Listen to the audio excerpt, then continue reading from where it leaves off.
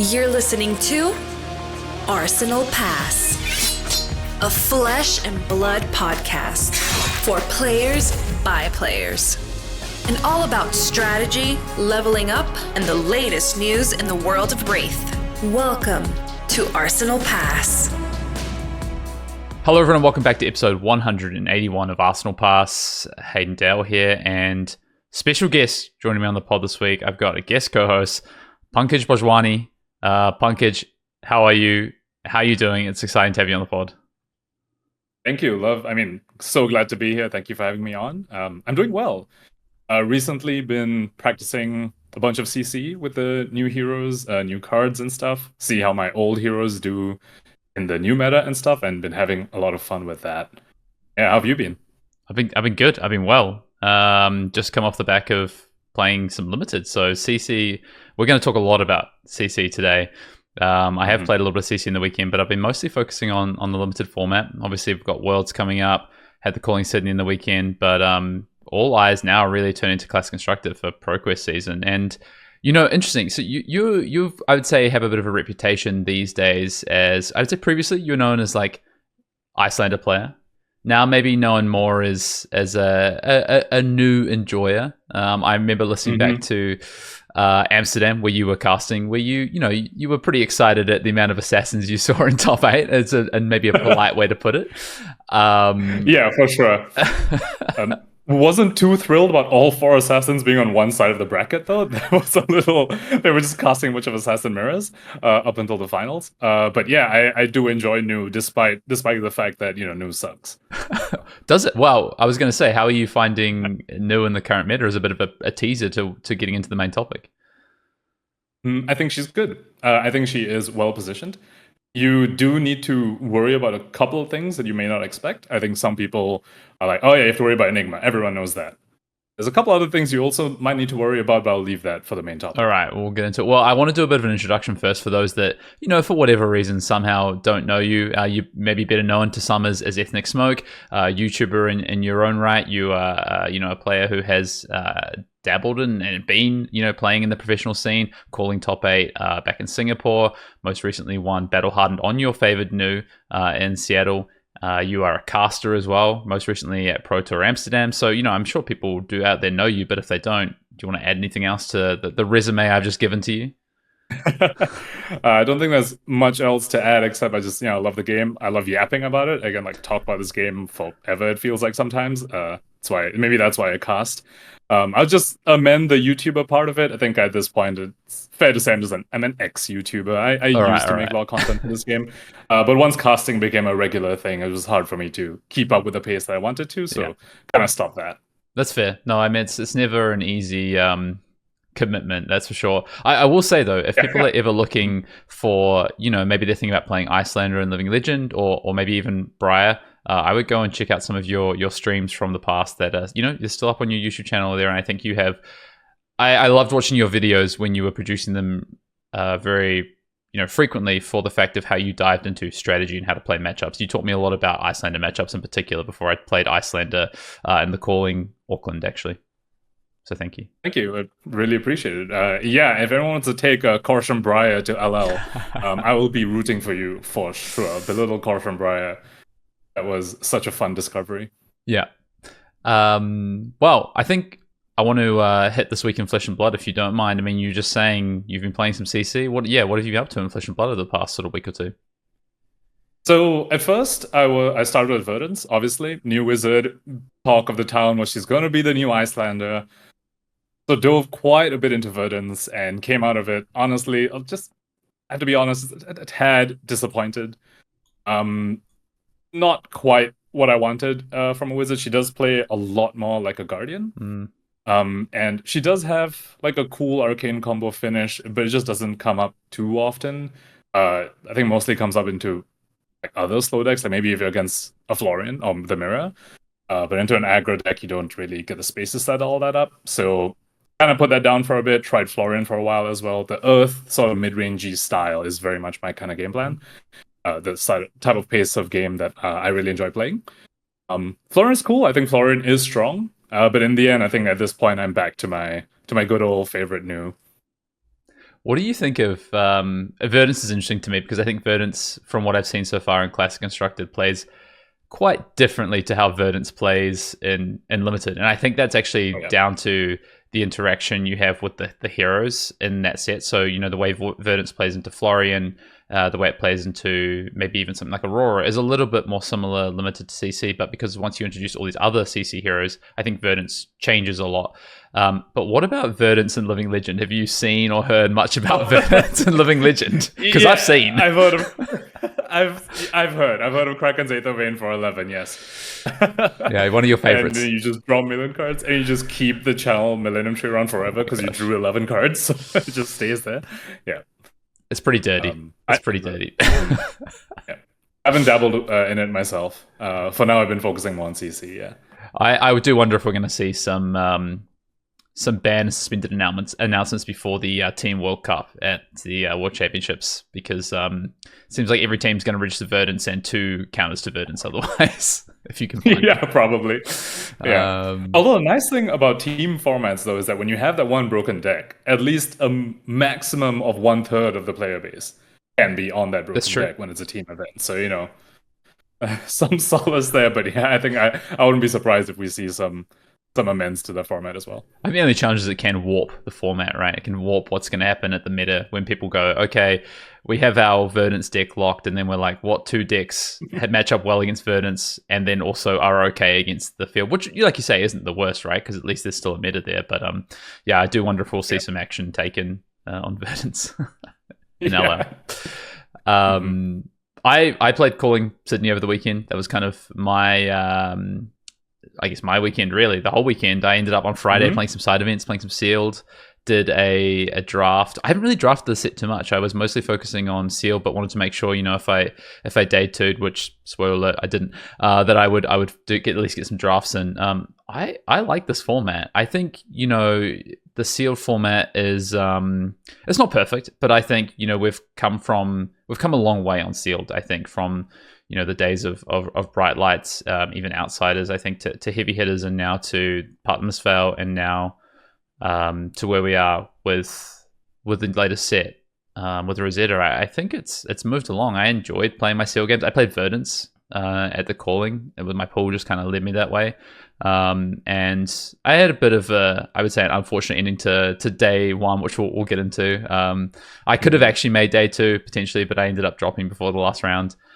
I wouldn't have been out of top 8, so it was like, I think it was fine I still could have made cash, I guess, but decided to play the Battle Hardened instead. But yeah, I think this format is pretty cool, and the draft format seems really, really deep.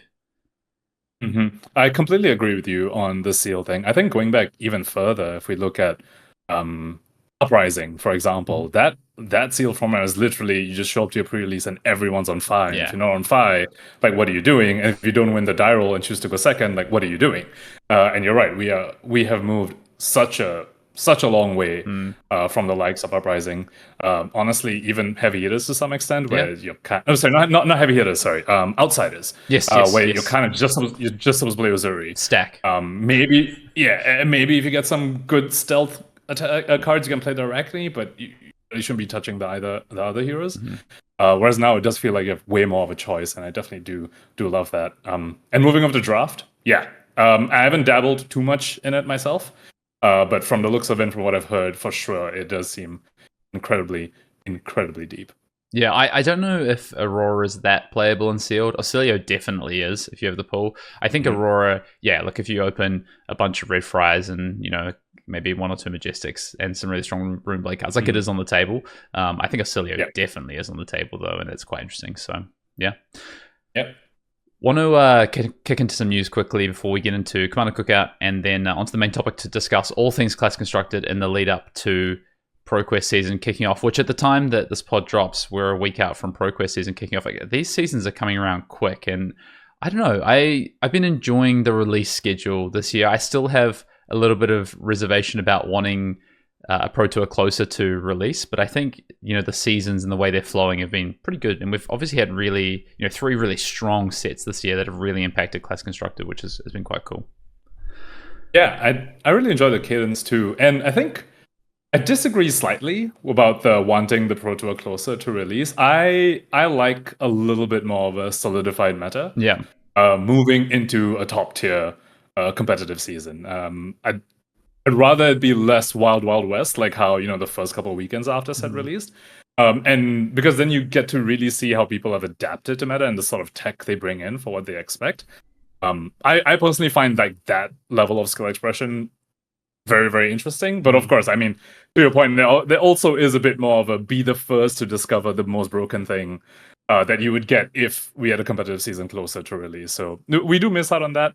But I personally enjoyed the adaptation and everything. And like watching that and casting those games feels very, very exciting. I mean, personally, from a personal standpoint, just selfishly, I also prefer it to have a solidified meta because I think it is a bit easier to tackle as a player going to these events.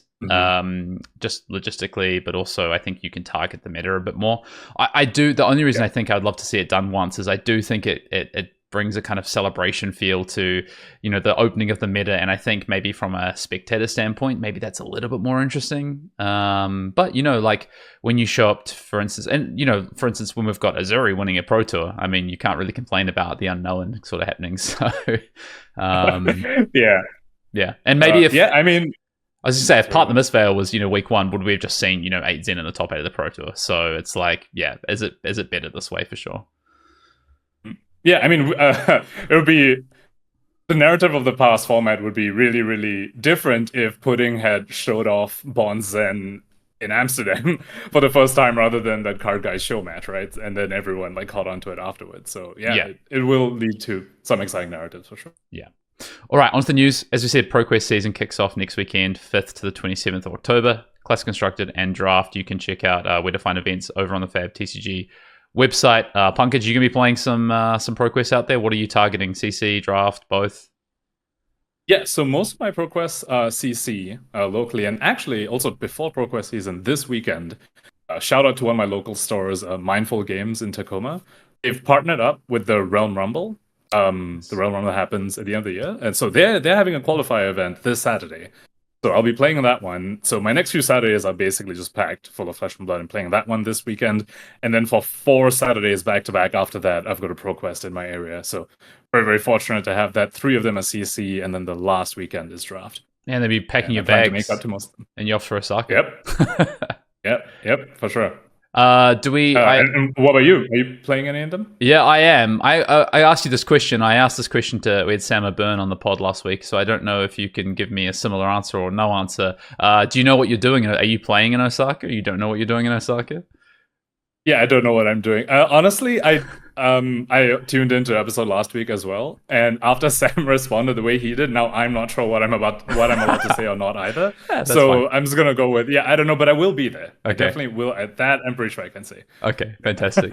I'm gonna be out there. I'm gonna be playing some ProQuest. I'm away. I got a little mini holiday. It's a long weekend here next weekend in Australia, so or in my state anyway. So I'm off on a small holiday next weekend. So I'm gonna miss the first week of ProQuest season, but then I've got, I think, 1 Draft, maybe 2 CC, and then off to Osaka. So I think that I really like this cadence again of the ProQuest season or the Road to National season leading into something like a Pro Tour or a calling, because I think no amount of scrims or kind of like testing beats out true tournament reps when it comes to practice. That's what I always find. Whenever I've got a big event coming up, my number one is like get to locals, because you'll play against stuff you don't expect. You play against players who have got different strategies to your testing team. So I'm excited to have a couple of CC and 1 Draft PQ before I head off to Osaka, just to get the real feel of it all. I completely agree.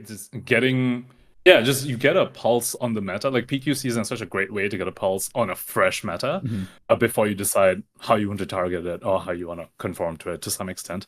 And the fact that some of these PQs are also drafts as well, as you pointed out, it's like that the combination just preps you really well for the World Championships. Yeah, so it's so good. Lastly, just want to touch on congrats to Darren Ying. I mean, what a monster. This guy's won back-to-back limited callings in Asia Pacific. Taking out the heavy hitters limited calling at the start of the year, and now taking out this calling as well. Clearly, we need to ask him what he's been doing in new draft formats, because he seems to be king of these fresh draft formats. That is incredibly impressive. Yeah, and then Kano winning the Battle Hardened, which we're definitely going to talk about. All Kano's final, which we're going to talk about. And I have some insight from both those players. I actually lost to the winner at the Battle Hardened as well in Swiss, so we can get into that. They're both. I think they're playing basically like the same 80 cards, which is interesting. So we'll get onto that. I want to hit. Oh, looking forward to that. Yeah, I want to hit some Command & Cookout. Something a little bit different this week. Me and Pankaj spoke briefly before we started recording. There's a lot of discourse out there right now, especially after Sydney this weekend, around, I guess, people that are potentially unhappy with some of the things that have been happening at events, particularly these Tier 3, Tier 2, Tier 3 events around policy, enforcement of the rules and outcomes that are happening. This really did blow up on Twitter kind of post-Sydney weekend, where Sydney featured a lot of sort of, I guess, feedback around being unhappy with some particular judge calls and judge responses, but also the way maybe policy is being enforced, and then also a couple of DQs that happened, which people felt were maybe not, in the spirit of the game, or had not been... potentially didn't feel right, whether that's regardless of how the rules are being enforced there. People didn't feel that it was right? So I'm not going to say that the rules weren't followed or the policy wasn't enforced. I can't say that, but what I think people felt was that maybe things were quite harsh.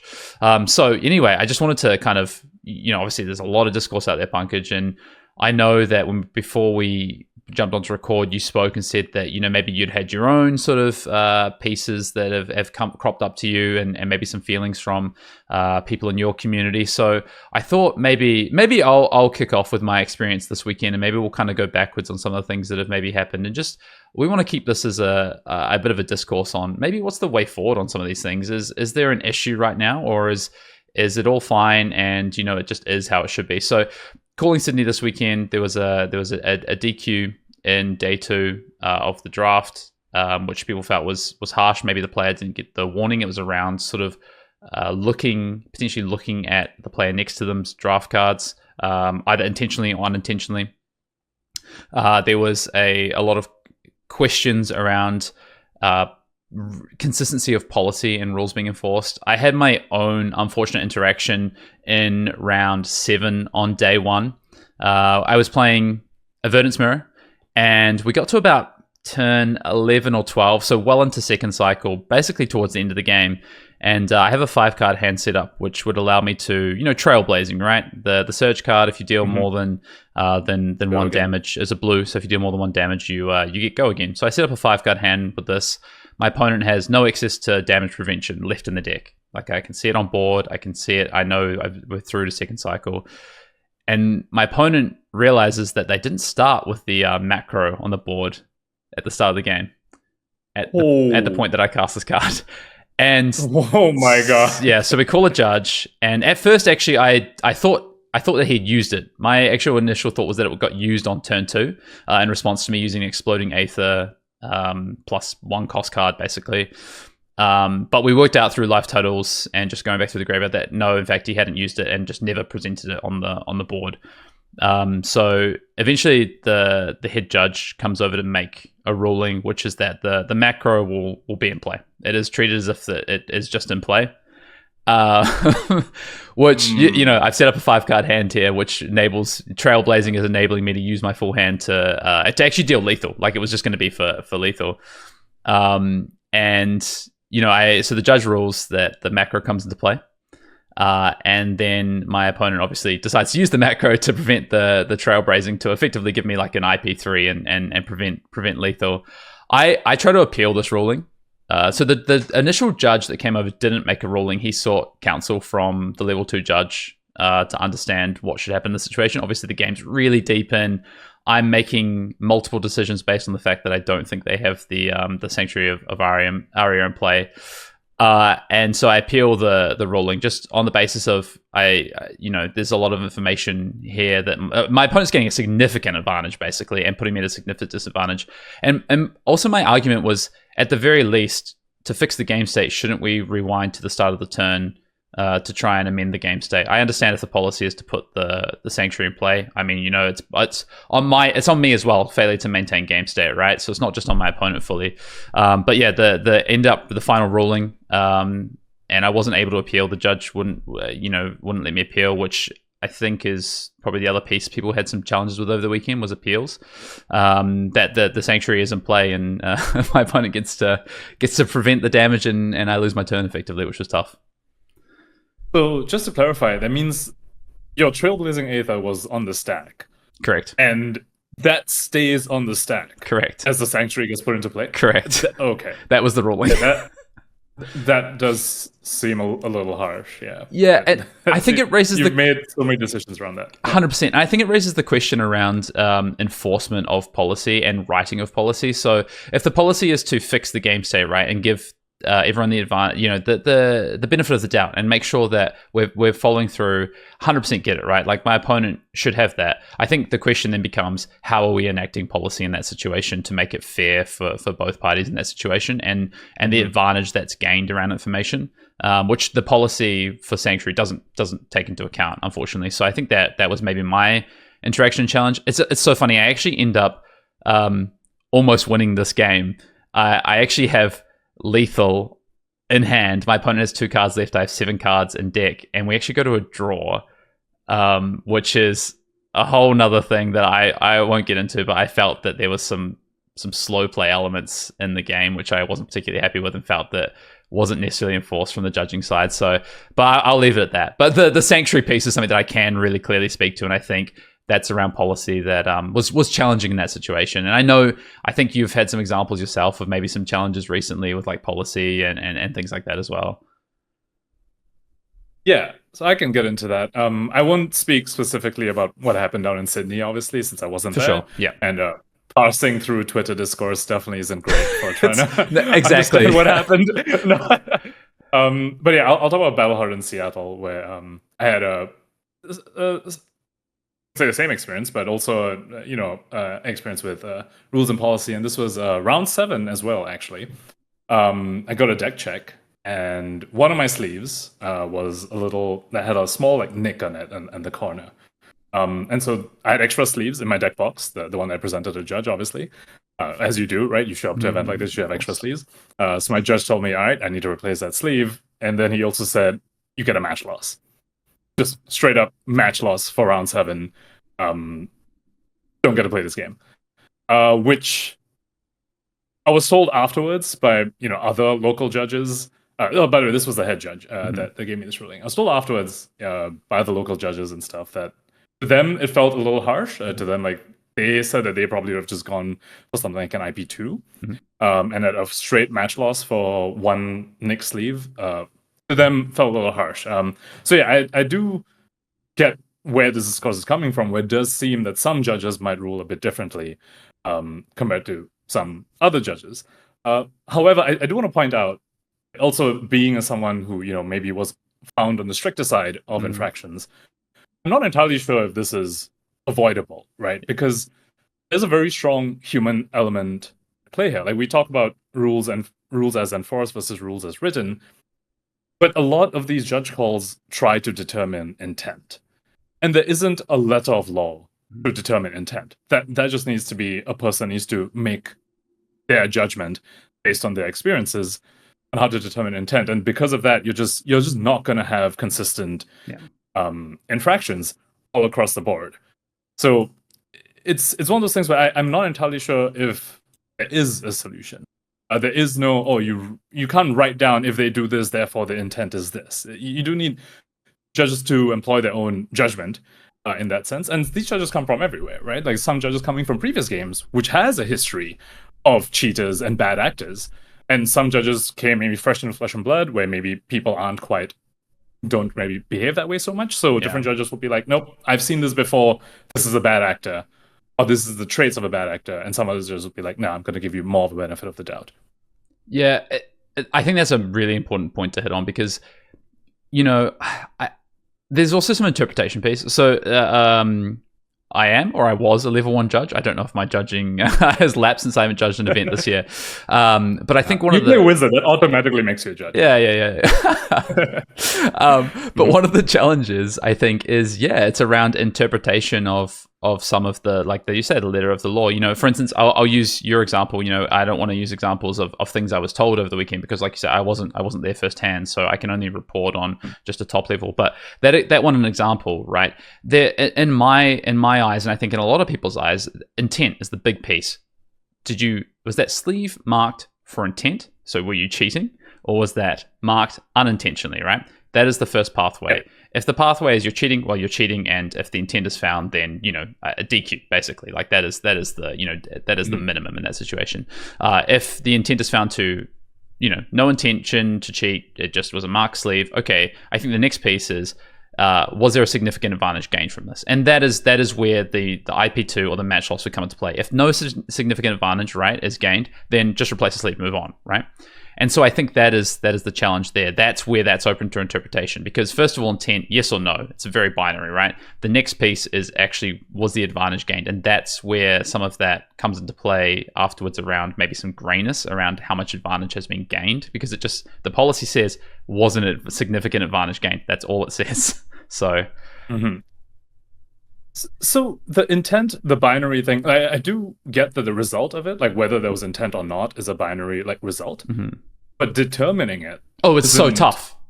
There's no, there's no all right, check these boxes. Yes, I don't mean to simplify it. Sorry, but I mean I think that's what you spoke to is like the first step. But even beyond that, there is that next step, right? Of now what is now it's going from just the judge side of how they interpret the person and how they judge intent. Now goes on to past judgment. Now to the interpretation of the significance level, and that is, I think, again, where you have a second piece that gets difficult. So look, I think the big thing out of this is that I don't think anyone has bad intentions. I don't think these, I don't think these judges have bad intentions, right? I just wonder if there's something around, policy that maybe needs to be reviewed, something around some education from the judge program that maybe needs to be reviewed, and to try and get to a point where it's a little bit more consistent. I'm with you. I think erring on the side of strictness, of enforcing strong expected levels of play and of conduct is actually really important for the game long term. You don't want to end up like some other games who haven't done that and have either exploitable loopholes, or you have you call into question the legitimacy of the events, right? So I think that is really important, but it's some of probably the inconsistency and some of maybe the things that feel maybe not in the spirit of the game of Flesh and Blood, which is about people and it's about connection in a way, because it is a paper-based card game. It's really tough. It's not a black or white. Yeah, for sure. And I don't really want to expand on the point about the precedent over here. We are a very young game as far as TCGs are concerned. We are sort of establishing our place in the TCG space. And if you really think about it, our game offers nothing else other than the competitive scene. It isn't, our main draw to the game is competitive scene. No, our only draw to the game is the competitive scene. We don't have a casual play experience. So given that we're really young and that our hallmark product, in a sense, is the competitive scene, I do agree that to some extent, maybe erring will happen, as we spoke about earlier. There's lots of levels of interpretation. And if the errors happen on the side of strictness rather than leniency, it could honestly be argued that is just better from a holistic expectation of the game, right? And even as someone who was caught on the stricter side of things, on the personal level, it sucks. It feels so bad. But on a holistic level, we do get to say, look, our game really takes our competitive integrity seriously. Our competitive scene is the best that exists in the market right now.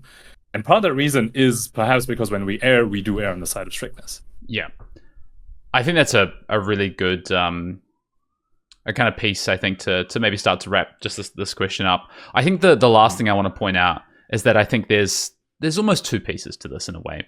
There is the piece around, strictness of maintaining the integrity of the game from what could potentially be a cheating standpoint, right?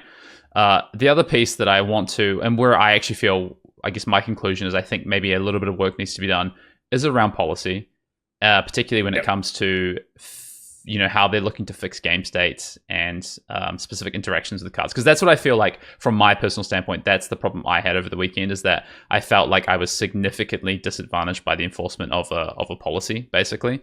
And I did know of people who felt like they were disadvantaged by, or felt like their experience was soured by the result of penalty enforcement. So I think there's two different things there, and I think honestly I just think that maybe there's a chance to review some of this policy on LSS's side and work with some of our higher level judges, our really knowledgeable and experienced judges, to maybe take a look at how we can make sure we're going forward in the right way with this. Because I think we want to make sure that we're not, like you say, strictness, agree, but we also don't want to be ruining the experience of the tournament and the tournament scene for players, or souring them off these events. That's really important as well. Yeah, completely agree. Yeah, and as you point out, we did sort of experience two different forms of strictness. Yours was more on the policy, like how you amend the game state sort of thing, whereas mine was a little bit more of like outside, sort of like trying to determine a bad actor, for example. Yeah, but both things, which are different. Both things came up in Sydney this weekend, which is interesting. So, yeah. All right, I think we'll leave it there. Also, if you do want to get questions in for Command Cookout, please do so. We took a bit of a different spin on it this week, but you can get your questions into arsenalpassfab@gmail.com. You can drop them in the YouTube comments below, or if you're a Patreon of Arsenal Pass, you can drop them in the Command Cookout channel. Pankaj, it's time to talk about Classic Constructed. We have a lot to get onto. This format is, it's a brand new format. I think I've said this a couple of times on the pod over the past 2 years, but this is maybe the freshest looking Classic Constructed format we've had since, maybe since Heavy Hitters, I guess. Which actually wasn't that long ago if you think about it. It was 2 seasons ago. But yeah, it is very, very wide open. Yeah, or maybe post-Romi. Maybe that was the last time we had because obviously Zen, New Enigma all came in to shake up the format. But, we obviously had the banning of the books, as it's now commonly referred to, true card advantage with a massive, wide sweeping, philosophy change in terms of how we go forward in Classic Constructed Flesh and Blood. But then also, of course, Rosetta dropping. So I thought, first of all, let's chat Sydney. First event of the new Classic Constructed meta that we've experienced. And let's take a look at maybe the meta breakdown, talk a little bit about top 8, and then let's get on to kind of where we think this Classic Constructed meta is going, if that makes sense to you, Pankaj. Yeah, sounds good. So I guess we can... you go for it, please. Kick us off. All right, cool. So I guess we can start with the meta breakdown of Sydney. And I do want to start with, this was kind of first weekend of official release. And there is some level of grains of salt we have to take, because a lot of people haven't gotten all their cards yet, right? It's a lot of people, don't have all the Majestics they need in particular, right? For the heroes that they might want to build. So to some extent, it might be, there might be a little more skewering towards like older heroes. But despite that, I do think there's still a lot to be gained from this. And starting off, most represented heroes, well, 2 of them are tied. One of them is Enigma at 9. I think everyone was expecting that. The other one was Levia, and that is quite shocking to me. Yeah, it wasn't on my bingo card. I was quite surprised when I looked around. I finished my round 2 fairly quickly and looked around and saw 3 Levia around me and was like, wow, I can't believe there's 3 Levia here. And then later learned, no, 3 times that amount. Yeah, and then, Vincent representation, also pretty high. Vincent tied with KO. Firstly, Vincent and KO both being at 7 apiece, right below the Enigma and Levia. KO being that high, I think that was also something people would expect. But Vincent matching KO? That's something some people are like, okay, Vincent's getting some upgrades from Rosetta, and these big fans just want to like bust that hero out and see how she does. Yeah, I think that's exactly right. I think you've got 2 things here, right? You've got maybe the heroes that you would more expect as heroes that have had uplifts because of the changes to the meta. Enigma, KO, right? Enigma because of Zen fading away. KO for similar reasons, but maybe being the default kind of damage deck post Zen that people will start to look at. Levia is maybe the most outlierish of it, but got some new cards over the past couple of sets. And then Vincent obviously got a lot of cards from Rosetta, and I played against a Vincent in round 3, I think, and honestly, I was surprised at how scary it was and how much damage it can output now, but also the on-hit effects. And the cards like Succumb from this new set, like a lot of upgrades. So I think it actually makes sense to me that a lot of people were high on Vincent. I don't know if that's going to continue necessarily, but it makes sense. What were you on? I was on Dash, so the next most represented hero. Yep, so next most represented, we've got Dash, IE, and Kano, both at 6, just under the KO and Vincent. So the first, second, and third spots all being shared. First, Levi Enigma at 9, KO Vincent at 7, Dash, IE, and Kano at 6. Kano, of course, 2 of them in the finals, duking it out with one of them coming on top. So why Dash IE? Why'd you pick Dash IE for this event? Yeah, it's funny, you spoke before about people maybe not having necessarily access to all the cards from the new set. That was part of it. I didn't plan to play Classic Constructed. I kind of decided that day that not day 2, I'm going to play Classic Constructed. I already had Dash sleeved up from Nationals, really familiar with it against what I thought would show up in the meta in the forms of like Enigma and KO and Kano. I thought those decks would be there. And Nu as well. And I kind of had a bit of a plan into like what I thought Florian and Verdance would do. I changed up the list slightly, put a few items back in. So just decided to run Dash IE, and I actually think it wasn't necessarily a terrible decision. I think when you look at those top 4 heroes in particular, I think Dash IE actually has even if you include Kano, has a good matchup into those heroes. So I felt okay picking it up. But yeah, a lot of it was, I honestly would have played Viserai if I had a few days to sort it out and all the cards. I probably would have played Viserai because that's the hero I'm most excited about right now. And there's also experience, right? I do think there is a lot to be said about just playing the hero you're most comfortable with and the one that you just have the most reps on. And Dash is obviously one of those heroes for you. Yeah, definitely.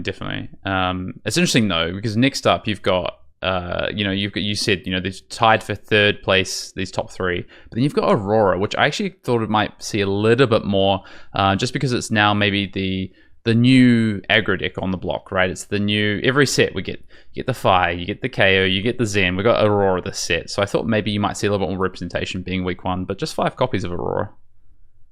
Yeah, I think she is shaping up to be the premier aggro deck of the format. I'm sure we'll dive a lot deeper into it later on when we speak about each hero individually. But I do think this was also partly because, well, we're also in the phase where a lot of these new heroes lists are untuned.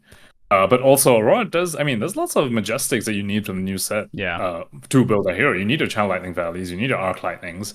And, if you want some sideboard tech against slower heroes, the more defensive heroes, you want to go pick up Flicker Wisp all the way back from Tales of Aria. So it's just, it is probably a not so easy deck to just actually build physically in the first week. Yeah, you might want a pair of Legendary Boots as well, which bangs the price up. Should we just hit a couple of these last few heroes? Florian, obviously new hero, 3 copies, and Verdance the same. Maybe, probably sounds about right. Like you say, not access to all the cards. Nu at 3 copies was maybe a bit surprising to me, just coming off the back of maybe being the most popular, the best hero from post Amsterdam and post Zen bannings. Only seeing 3 copies is quite interesting to me. So I think Nu's position as potential best deck or potential second best deck in the previous meta was really just riding the fact that Zen was the best deck and Nu beats that. Because once that's gone, and especially I think the narrative for at least the first few weeks of this emerging CC meta, the narrative being Enigma is a pillar of the format and potentially, warping the format around her, I could totally see why many people were uncomfortable bringing Nu if they're expecting a whole bunch of Enigma. And the other thing about the Assassins do better when they know what they're targeting. And if it's a very open field, you don't know what the pillars are, but all you know is that Enigma is probably a pillar. It does feel like a dubious sort of meta to bring Assassin to. Yeah, it makes sense. The other couple of heroes I just want to kind of hit on quickly. Viserai, a lot of new tools, just 2 copies of that. Prism has a bit of a hit with Tome being banned, 2 copies. Just 1 copy of Zen with all the changes, which, probably makes sense. I'm not hearing a lot about Zen right now. Do you want to, let's talk top 8. What was the top 8 breakdown? All right, so starting at the 5th to 8th place, we had 1 Katsu, which is wild. 2 Auroras, so despite Aurora not being even, this is the 7th most represented hero, 2 of them making top 8, I think just goes to show, new premier aggro deck of the format. And then we also had 1 KO, 1 good old guard in the 5th to 8th slot. And then after that, in the top 4, not the finals, 3rd and 4th place. 3rd place, we had a Florian, and then the other 3rd place, we had the Enigma, the sort of the slower, more defensive decks showing the chops here, and then the finals was obviously the Kano, which is so what a story for the first CC weekend. Yeah, I mean, potentially the hero that people would have thought had the most take, apart from Zen, probably the hero had the most taken away from it, making, first and second. But I think people maybe could have been quick to forget before the banning of the book, so to speak. Everyone was up in arms about Kano's going to be broken with these new cards. You've got these surge cards, you've got overflow, all these things. So in reality, is it actually that big a surprise that Kano is still this strong? I don't think it is. I mean, having played against it in the weekend, the deck is definitely it looks different in terms of you're playing more spells. You're obviously not able to dig to Wildfire maybe as consistently, but you are able to play a bit more of a traditional Kano of like block 2 cards, play a card, set up a bit of a game state, and then you can pop off with the Wildfire into the overflow to draw 2 cards plan is really, really strong. So yeah, I'm not really surprised, to be honest. I mean, speaking of traditional Kano, I do think there's perhaps some other element going on here as well, that people were sleeping on the hero. I don't know about you, but my first few drafts of decks when Rosetta came out, I was cutting my Arcane Barrier. I was like, oh, Kano's dead. They lost their tomes. There's no way they're here. And I wouldn't be surprised if to some extent that was also going on in this event, with a lot of people being like, oh, no way anyone's playing Kano with their tomes gone. We don't need space for AB anymore. And then they're just getting blasted by all the new cards. And of course, we've got some real good players piloting these Kanos, right? I mean, we've heard of Fahad since years piloting Kano. Yep. Fahad took me out at Nationals last year in the top 4. What I think is most interesting to me, what is most interesting to me, and Fahad doing it again against an illusionist in the form of Enigma, which that's quite interesting to me. For Kano, maybe perceived as not having a good matchup there, but I know Fahad thinks that matchup is pretty solid. The other piece as well was the other third fourth deck. I don't know if you saw much about this deck or you saw any coverage, but this was a life gain, almost like perma fatigue Florian, but just obviously not able to out life gain the Kano, and yeah, interesting. Yeah, Kano lost the books, but if you give them infinite time, they will still kill you. A lot of damage. It's just yeah. It's interesting you said as well about cutting the AB. So I actually lost to Kano. I lost to Steven, who ended up winning this event in Swiss. I actually was rocking the AB3 Spell Void 1. So, and I still took the L. Well, you're a Kano aficionado, and the people who play Kano at a high level always respect Kano. Yeah, that's true.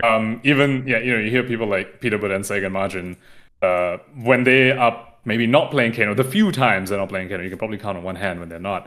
They will always have AB3 in their list because they're like, we respect the Kano. They could be building Aurora. They would have AB3 Spell Void 2. Yeah. Because they respect Kano. I would definitely have that. Let's, I guess, any takeaways from this top 8 or any other things you didn't mention about the metagame that's either interesting to you, surprises, expectations? I mean, this is a big show. Like, I don't think anyone could have nailed this top 8 if you gave 200 people the chance to name their top 8. I mean, there's a Katsu in this top 8, which is probably the first one everyone would have got wrong. But there's also 2 Kanos in the final, so... Yeah, I think there's a very even split between decks you would expect and decks you wouldn't. I think 1 Enigma, 2 Auroras, and 1 KO. I think that could be reasonably predicted. 1 Katsu and the Florian a bit, maybe not everyone would guess that. And then double Kano finals, I don't think anyone's going to guess that. So quite an even split between, all right, these were expected and these were just completely out of left field. Yeah. We've touched a bit on Kano. Why don't we touch a bit on Aurora? Because like you say, 7th most played deck, 2 copies in top 8.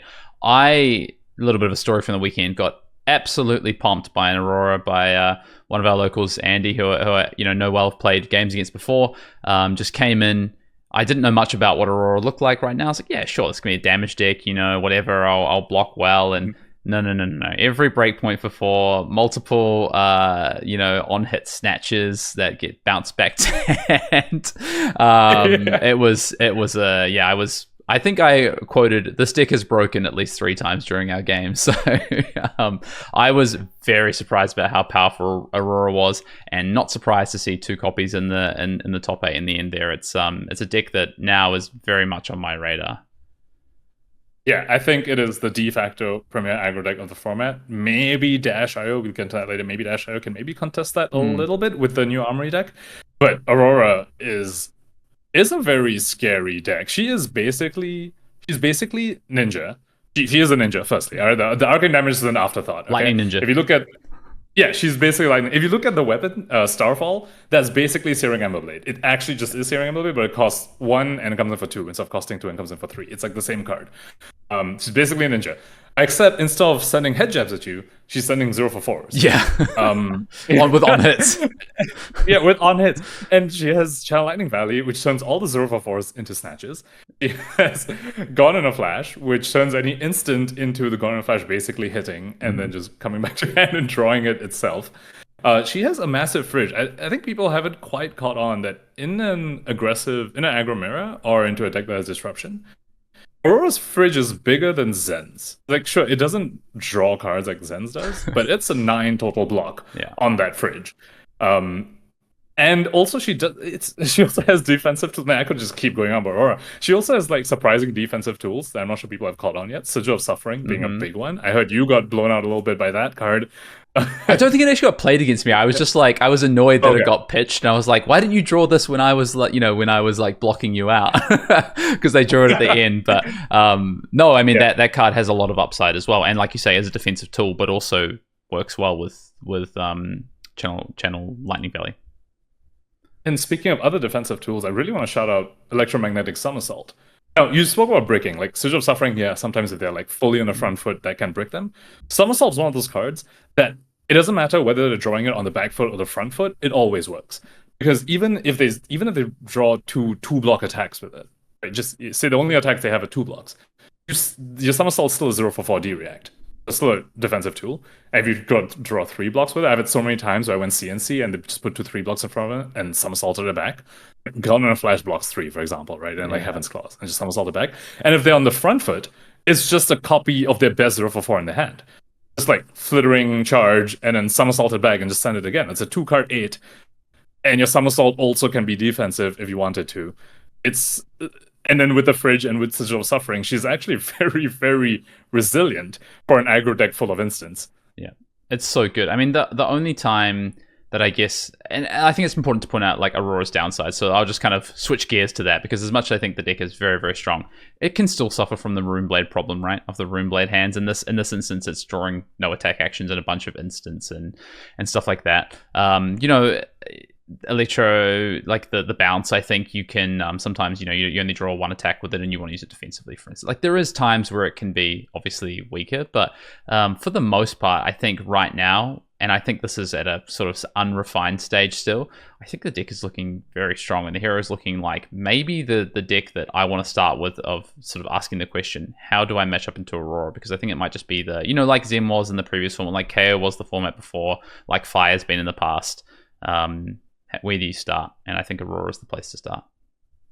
Yeah, we spoke about pillars of the format, Enigma being one of the pillars, and I think Aurora is shaping up to definitely be the other pillar as well. And, we haven't even touched into her plan for defensive decks, right? We spoke about, aggro lightning ninja, basically. Well, will she just get fatigued?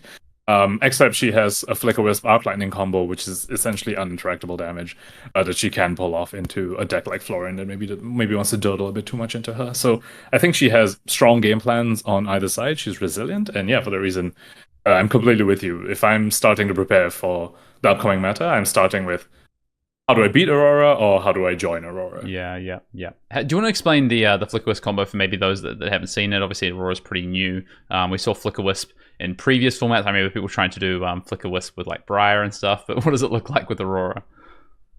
Right, so Flicker Wisp says that when you fuse it, any arcane damage you deal this turn. Oh, well, arcane damage from action cards, but Arc Lightning is an action card, so pretty much your Arc Lightning arcane damage for the rest of the turn is going to come in for 2 instead of 1, which is incredible. So, for example, a typical play pattern, you can start with Arc Lightning. Sometimes you can start with Flicker Wisp if you need to go again from Arc Lightning, but whatever, that's maybe going too deep into the weeds.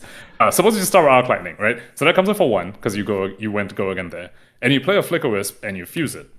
Flicker Wisp itself deals 1, so that's going to come in for 2 instead from its own effect. It has go again, so Arc Lightning sees that, and it's going to make it come in for another 2. And then you play your other cards, your Starfall, you swing Starfall. It comes in for 2 and 2, it's build your own Rosetta Thorn. You activate Grasp. That makes a Runeshine and deals 2 arcane. You pop your Aether Ironweave that has Go Again. You send 2 Arcane. You play your million Go Again cards in your hand. They all come in for 2 Arcane pings at the end. Just attach a Rosetta Thorn effect to basically every card. Every card and even like equipment with Go Again that you have. That is the Arc Lightning combo. And once you also, stack like something like a Channel Lightning Valley or something, if you have that on the field as well, and you're drawing cards to continue fueling the number of Go Again you have in this turn, it gets really, really scary, especially considering most people won't bring AB2 into you. Most people only bring AB1, so it's a whole bunch of uninteractable damage. Even if they bring in AB2, do they have the resources and the blocking value to even stop that? Especially if you set up something like a Sigil of Lightning the turn before, right, to get that embodiment, or something. It's or you just made an embodiment of your hero, but whatever it is, like that's quite powerful. It's a lot of damage you can be pumping out. So yeah, is fatigue even the option? What? Let's anything else you want to say about Aurora? Otherwise, let's maybe pivot to these fatigue options. Yeah. Let's go and pivot to that, to the other side of the format. Yeah, Florian. I want to talk about Florian because obviously the deck that came in third, fourth was a count your blessings, fatigue-based life gain Florian deck. What do you think of Florian overall? I think maybe there was another Florian that had a bit of a showing at an event over the weekend as well. I'm not a believer on fatigue Florian personally. I'm a believer on mid-range Florian. And we don't speak about good Florian performances. Recently, Yuki at a Houston PQ Plus went 6-0 so undefeated in the Swiss on a mid-rangey Florian. Unfortunately, lost quarterfinals to a Verdance, but I do quarterfinals to Verdance. I do think Verdance is quite favored in that matchup. But the mid-rangey Florian I think is quite real. I mean, fatigue. I think trying to play a fatigue deck in a meta where we expect Enigma to be quite well represented is you're kind of sacrificing quite a bit of matchup equity like on the get-go. And then we also spoke about how Aurora potentially has a good a good plan into someone who's just trying to be defensive into her. So not too big of a fan of fatigue Florian, but the standard mid-range Florian I think could be one of the pillars of the format. I think he's just very, very stable. Yeah. He blocks very well. He has decent disruption, and his Enigma matchup is tough, but it is not unwinnable. And I think if you have good matchups everywhere else, if you can build it and practice with it where you're comfortable in everything else, having a less than ideal Enigma matchup is fine because, like I said, it's not unwinnable. It's you have gameplay. Yeah, I think Florian potentially suffers from getting caught in the middle too much. Right, at least now in a really wide format. Does everyone build Florian a little bit too down the middle of the road and then isn't quite good enough against Enigma, isn't quite good enough against the aggro decks, and kind of just ends up in a nowhere zone? And we've seen this happen to other heroes before. But I think the difference with Florian is that Florian has the tools to do either potentially, this might be a stretch, maybe do both with some really refined lists. I'm not sold on that one yet, but I think definitely has the ability to at least flex one way and be better into maybe 2/3 of the meta. I don't necessarily think Florian can do all three if we break it into thirds with kind of and what I think we are really shaping up to is aggressive decks, more sort of illusionist based board presence, more control-y sort of decks, and then these mid-range decks which might revolve around sort of like life gain or defense, just value basically, I think is what that kind of comes down to. And I think if Florian plays too much in the middle, can get punished by both of the each sort of ends of the spectrum, but might be able to play in 2/3 of it. So I think Florian's really interesting, honestly, because that hero ability is powerful, especially into some end games against maybe some of the slower decks.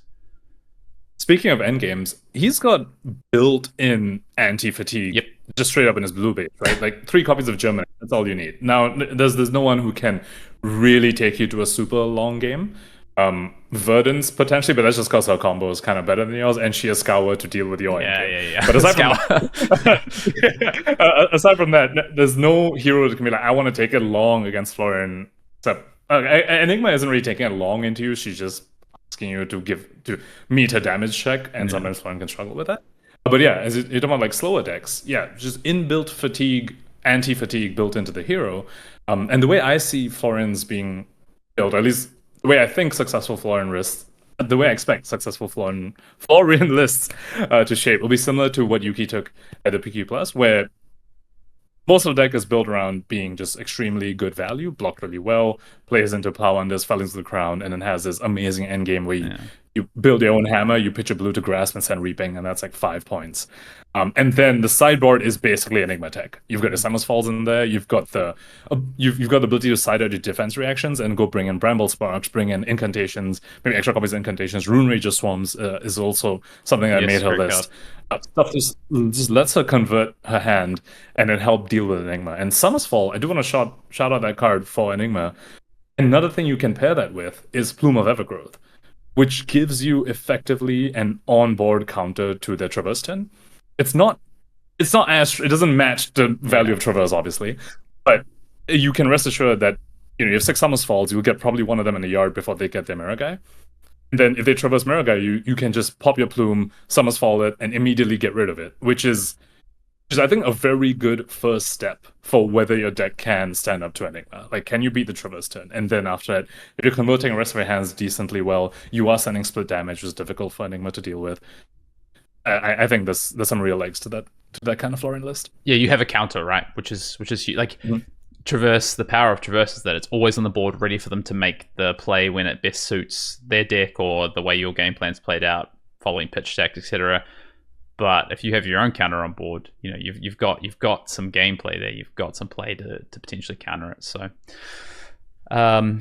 Florian is very interesting to me. Do you want to talk a bit more about Enigma? We said it's potentially the pillar, or at least one of the 2 or 3 pillars of the format.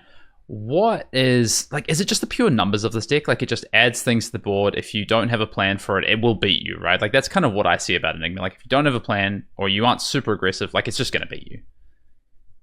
Yeah, a big part of it is, of course, the book burning, right, that we spoke about. It just reduced the overall ceilings of a whole bunch of decks down, and that kind of greatly favors Enigma because she's the deck that puts a damage check on all opponents, right? She's like, can you present this much damage to me turn after turn? Because if you don't, you will just lose to my overwhelming value. Because each turn my Waxing Spectre stays around, I effectively drew a card. Whereas your books were all banned, so you have no more card draw, but I have card draw if my thing sticks around, right?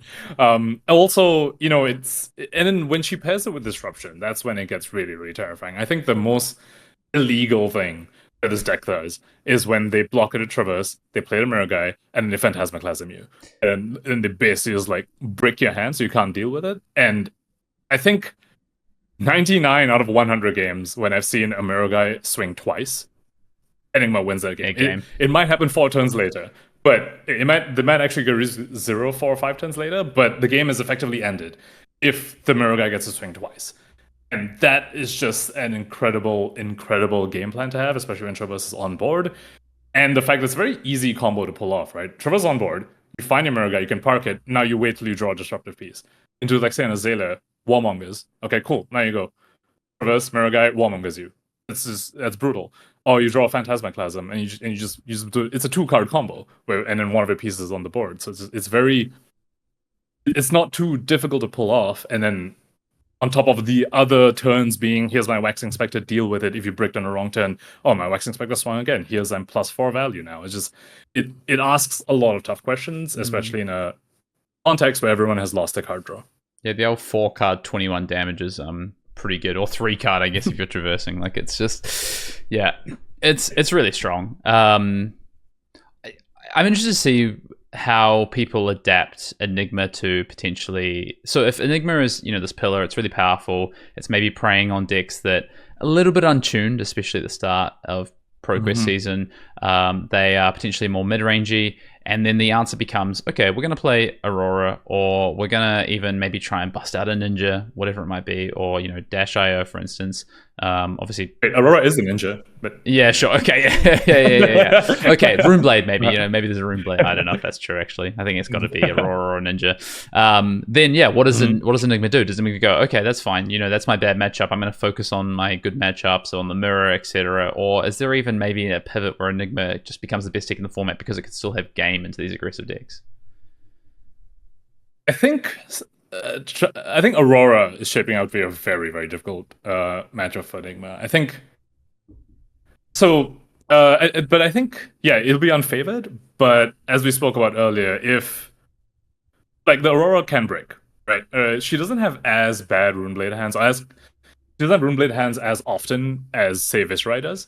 But she definitely can, and if you break on the wrong turn, or if you say you drop a hand and as you need this exact one piece, and they Phantasmaclass you at the wrong time, or they CNC you, they go Miragai CNC, and that just like wrecks whether you can deal with it. I think obviously Enigma will have outs, but I think overall that's looking to be quite a difficult matchup for Enigma because Aurora is just breakpoint.deck, and there's only so many 0-4-4s that you can fit into your Enigma list, and then if you're not getting value from your auras, or if they're getting pinged off because of arc lightning triggers, it becomes very, very difficult for her to claw back. Yeah, you can't. The scariest thing about Enigma is keeping an aura around, right? That's where the true advantage comes. You do it, like you said, do it once with Miragai, the swing is massive. You do it even once with Waxing, or some people playing what's the shield +3 counters.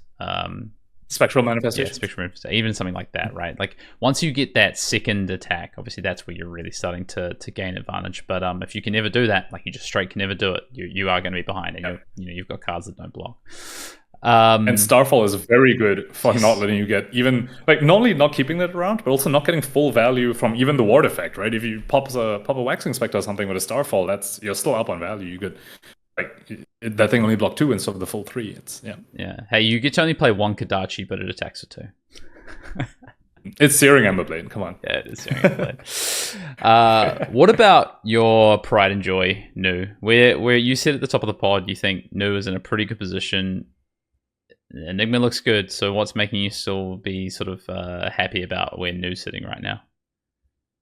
One big thing is that we don't need to dedicate as much to a Zen matchup anymore, right? Like most decks don't need to anymore, and that gives us space to put some Enigma tech back into the matchup, namely pick to pieces, right? So I've gone up on my number of pick to pieces in my new list. This is the first thing I did once I was like rebuilding it for the new meta. So I'm not going to say that Enigma matchup is good for you, but it is a lot more playable than people think. It's way more playable than in the Zen meta. In the Zen meta, I had no space to fit in pick to pieces. If I pen to Enigma, I lose. But also, if there was Enigma in the Zen meta, then like you're inting yourself as well, right? So like, what are you doing? But now, we can add the Enigma attack, and we get to actually play a game. And a big reason is Siren's Call. Actually, Siren's Call is absolutely massive into Enigma because they sort of get caught between a rock and a hard place. They can empty the hand in response to your Siren's Call to deny you the draw. But every time they play a ward piece defensively on my turn, I'm very happy about it because that means I'm killing it off the board without them attacking with it. So I found that sort of play pattern to be very, very strong. You can also set up the thing like you did into Zen, where you park a Siren's Call if you don't need to use it, and then when they traverse, you can go ahead and Siren's Call. I've definitely done that too. And then they're like, oh, maybe I play the Miragai now, and then if they can't protect it, then you're up massively, or you just deny the traverse turn, which is incredible. Yeah. Other than that, you have your standard pieces. You're looking for scraps and your E-strikes, obviously, and your hisses, which help a lot in the matchup. Still unfavored, but you have a game to play. You're not just going to eat lunch. Yeah. All right. I would say that's a pretty glowing review for Nu. We'll talk a little bit about, I mean, if we were going to ProQuest this weekend, well, in fact, you are going to be playing an event this week, what we might play. Let's touch on a couple other decks just to kind of finish it out, and then let's talk a little bit about maybe where we think the meta fully shakes out for now for week 1 of ProQuest, what we might play. Zen. Is there any reason to play Zen anymore, or is you're parking your ninja cards back in the deck boxes? I tried a little bit to mess with a deck that's like maybe built around Zen State a little more, because I think the onboard piece of block with Traverse, block with Kasaya, make a Zen State is pretty strong. That can be quite a bit of value, especially as we talk about Aurora, like running around, and if you just get to deny a whole bunch of breakpoints with a Zen State, it stays around as well. Wax on as well into Aurora is actually very, very strong. Yeah, great card. Right, you can't just always deny that. And then but it's just, I just don't know why you play it. Like, yeah, can you beat Enigma? Becomes the question, right? At that point, can you beat Enigma? Yeah. And also, if you want to do this sort of block very efficiently sort of thing, just go play Florian. Right? Yeah. It's like, I'm not sure where Zen's like matchup spread is better. Like, if you're playing the aggressive shell, I don't know where his matchup spread is better than Aurora's. And if you're playing the defensive shell, I don't know where his matchup spread is better than something like Florian's. So why are you playing this hero? I don't have an answer for that, and I think he's dead in the water right now. I don't either. I mean, I don't think, you know what, you want to bounce out, you count your blessings in Zen. Like, I don't, I don't. Well, we can talk about that in a second. Yeah. I don't see a reason to play Zen, unfortunately. I mean, look, hey, Akatsu made the top 8 of the Battle Hardened, not a Zen, right? So maybe that's even telling in itself. No, I think you're right. I think honestly, I'd play Fire over Zen, right? I think Fire is actually, Fire might be a reasonable option. Because you just are a mono hit jab deck. I mean, maybe you should just play Aurora at that point, but yeah. Why do you want to play head jabs when you can play head jabs that come in for 4 instead? You don't brick, maybe? I don't know. 5 bricks, my guy. What are you talking about? 5 definitely. I guess not as often as Aurora does, but I would take the. But your ceiling's lower. I would take that in power. Yeah. Incredibly lower. Lava Burst is like his best card now. It's like, okay. Yeah, it's not great, is it? At all. All right, what about KO? We've got to talk KO because I think that's probably the one outlier we haven't spoken about. It's a deck that I'm interested in. It was, previously arguably the best deck in the format. Obviously with Part the Misfail, just a lot of natural predators like Zen was faster.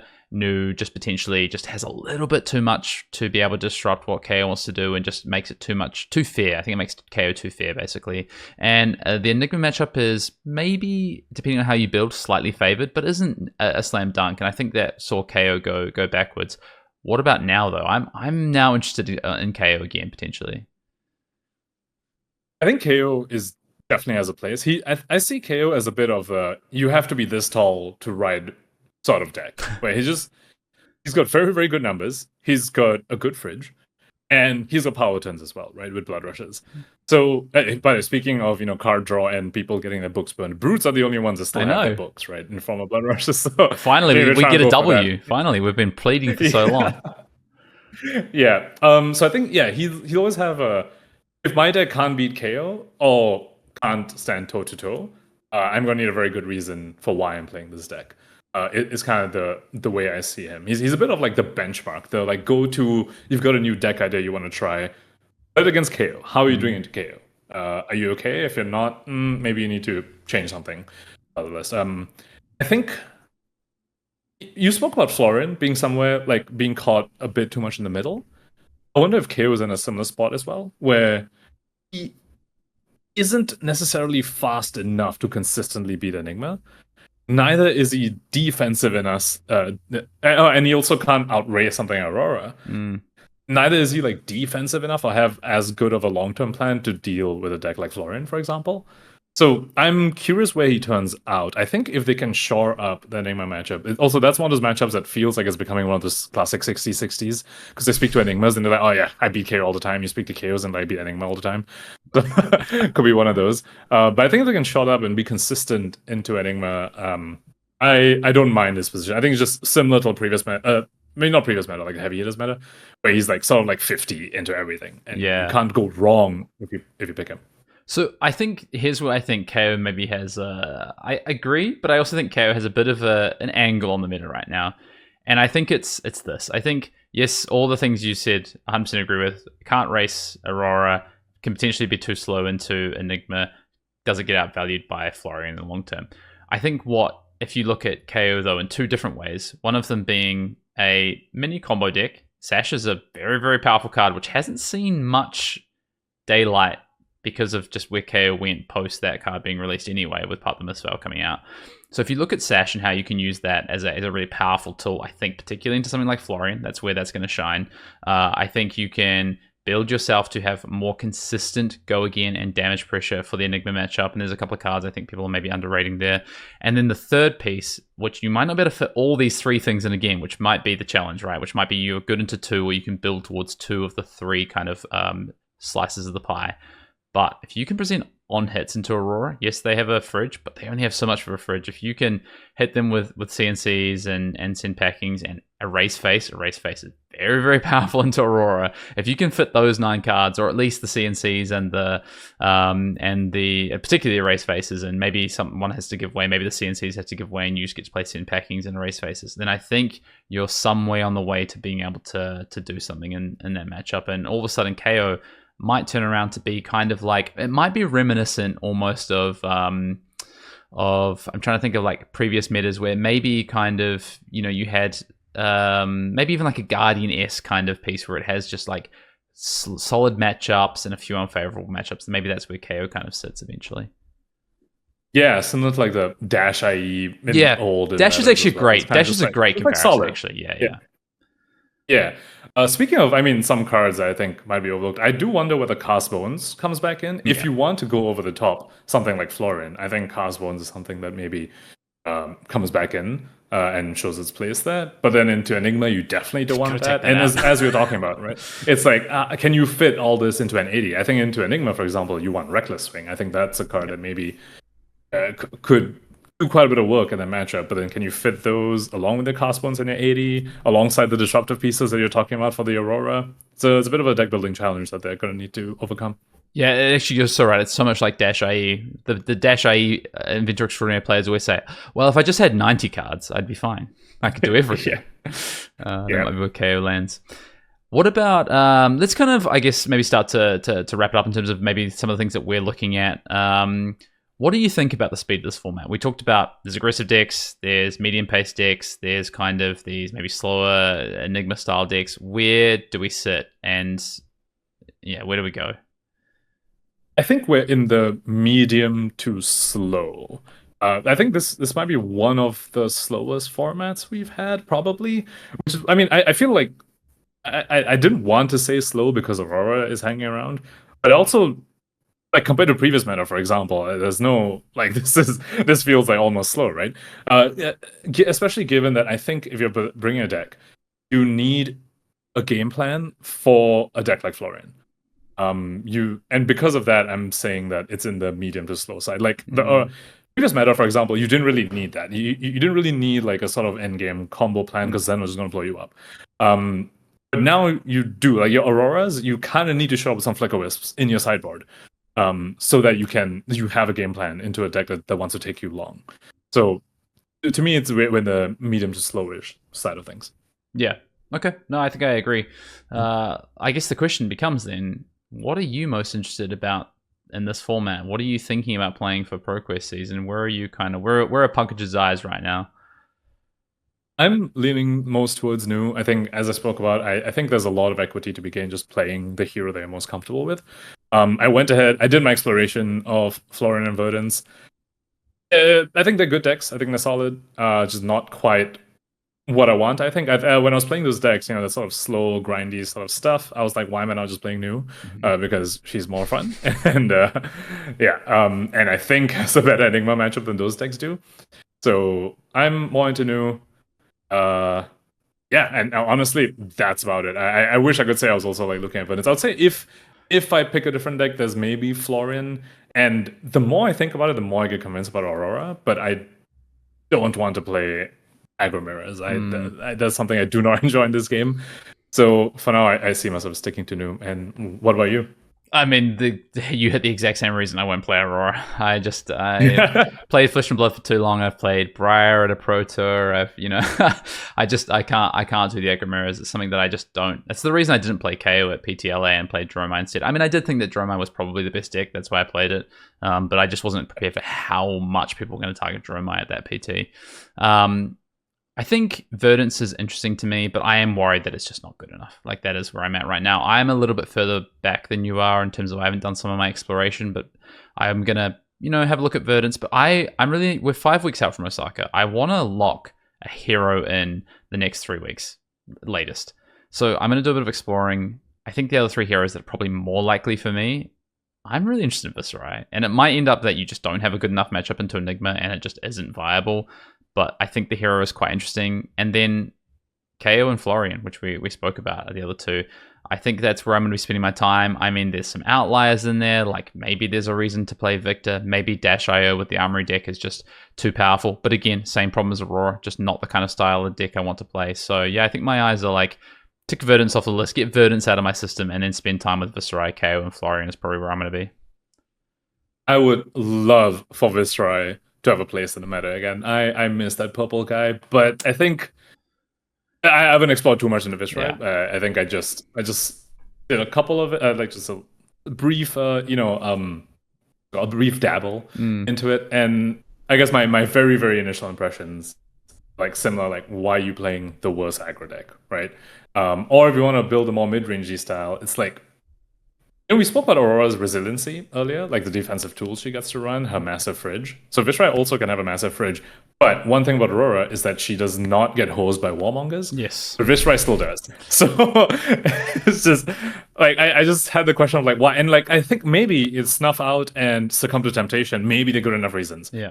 But he also has more Runeblade hands than Aurora does, and he's prone to warmongers. So I want to need some convincing, but I would love it. I think Vishrai is a sort of mid, like sort of aggro slanted mid-rangey deck that I could definitely get behind playing. But I'm gonna need some convincing, and I hope you crack something with that deck because I would love to see it and just steal your deck list. Honestly, the thing that if I crack anything, it's probably just that people aren't going to register warmongers, because why? What reason do you have to register warmongers right now, I guess is the question. You know, that's something I've never considered, because in my testing, we have been talking about how this is like such an easy format to just fit warmongers in. Like, you look at Verdance and Florian and Enigma, they kind of just freely just put it in, right? It's kind of just free. You can just get it. Like, it works very well in Embodiments of Earth. It's obviously blue block 3, and Enigma loves it. Just like, we speak about like Florian having game into Enigma. Well, that game revolves around playing Bramble Sparks and Incantations and activating Grass with the Arknight. It doesn't work on the Warmongers. Yeah, very true. So there's a lot of free things, and I guess we didn't touch on Azalea at all. But if she has a place, you might as well also just run the Warmongers if it's like free to add. Auroras also, I think, are running Warmongers. It's just such an easy include. It feels like so. Yeah, that's fair. Like, I guess it comes down to will that shake out by the time we get to a cycle? Like if we go through the next few weeks, Azalea isn't real.